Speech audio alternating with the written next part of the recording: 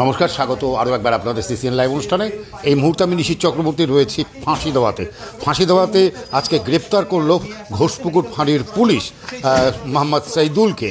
আপনাদের জানিয়ে রাখি, মোহাম্মদ সৈদুলকে গত 9 মাস ধরে পুলিশ কিন্তু খুঁজছিল। দীর্ঘ 9 মাস ফেরার থাকার পর তাকে আজকে গ্রেপ্তার করলো। তার বিরুদ্ধে কিন্তু একাধিক অভিযোগ রয়েছে। আপনাদের জানাই যে 2024 সালের 28শে মে পুলিশ অভিযান চালায় ফাঁসিদেওয়াতে, এবং পুলিশ কিন্তু তখন জানতে পারে যে ব্যাংকের পাসবই, চেক বই, এটিএম কার্ড, সিম কার্ড এগুলো জালিয়াতি করে বিদেশে অবৈধভাবে আর্থিক লেনদেন করছিল এবং অন্যের ব্যাংক অ্যাকাউন্ট ভাড়া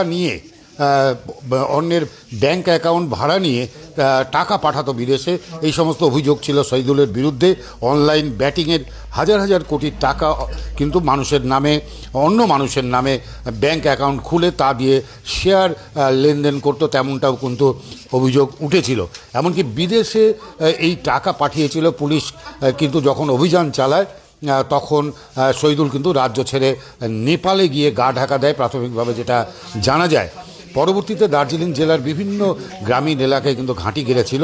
সঠিক তথ্য কিন্তু আমরা এখনও জানি না।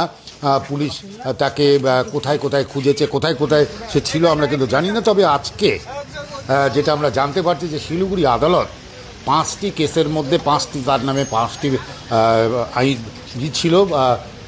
অভিযোগ ছিল। সে 5টি অভিযোগের মধ্যে 3টি অভিযোগে কিন্তু সে আগাম জামিন পেয়েছে, কিন্তু 2টি অভিযোগে আগাম জামিন পায়নি। আজকে যখন ঘোষপুকুরে সে আসে, ঘোষপুকুর ফাঁড়ির পুলিশ তাকে কিন্তু গ্রেপ্তার করে। সেই ছবি সরাসরি আপনাদেরকে আমরা তুলে ধরছি। ফাঁসি দেওয়ার সবচাইতে বড় খবর, মোহাম্মদ সৈদুলকে গ্রেপ্তার করলো। সেই ছবি এই মুহূর্তে কিন্তু আপনাদের সামনে আমরা তুলে ধরছি।